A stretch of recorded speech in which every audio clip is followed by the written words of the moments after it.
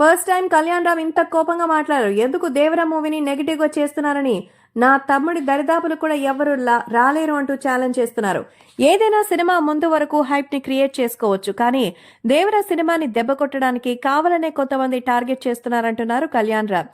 ఒక సినిమాకి mouth publicity అనేది చాలా ఇంపార్టెంట్. అందుకే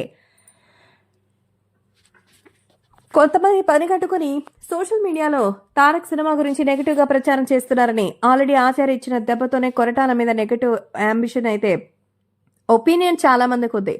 అందుకే కొరటాల తీసే ఈ సినిమాలో స్టోరీ అయితే పెద్దగా అనిపించలేదని ట్రైలర్ చూస్తేనే చెప్పేస్తున్నారంటూ చెప్తున్నారు. ట్రైలర్తోనే సినిమా అర్థమైపోతే ట్రైలర్ ఫ్లాప్, సినిమా హిట్ అయిన సందర్భాలు ఎన్నో ఉన్నాయి. అయినా కొంతమందికి నచ్చినంత మాత్రాన సినిమా అందరికీ నచ్చకుండా ఏముండదు కదా. సో సినిమాని ఎంతో కష్టపడి తీస్తారు. దాదాపు 400 కోట్లు ఖర్చు పెట్టారు. మరి అలాంటి సినిమాకి మరి ఎలాంటి రెస్పాన్స్ వస్తుందని అందరూ ఎదురు చూస్తుంటే అనవసరంగా అందరూ కూడా టార్గెట్ అవుతున్నారు. ఈ నేపథ్యంలో ఖచ్చితంగా కళ్యాణ్ రామ్ అయితే చాలా సీరియస్ అవుతున్నాడు. నా తమ్ముడు ఈ సినిమా కోసం రాత్రింబాళ్లు కష్టపడుతున్నారు. కొరటాల శివ అయితే దాదాపు 4 ఏళ్లైంది ఈ ప్రాజెక్ట్ మీద దృష్టి పెట్టి ప్రతి ఒక్కరూ పనిచేస్తూ సెకండ్ పార్ట్ కూడా సిద్ధమవుతుంటే ఫస్ట్ పార్ట్ అసలు విడుదలకి రానే లేదని, ఇంకా టైం పడుతుందనేటట్టు చూపిస్తుందని చెప్తున్నారు. కాబట్టి ఇప్పుడు సోషల్ మీడియాలో సైతం ఈ విషయం సెన్సేషనల్ గా మారుతోంది.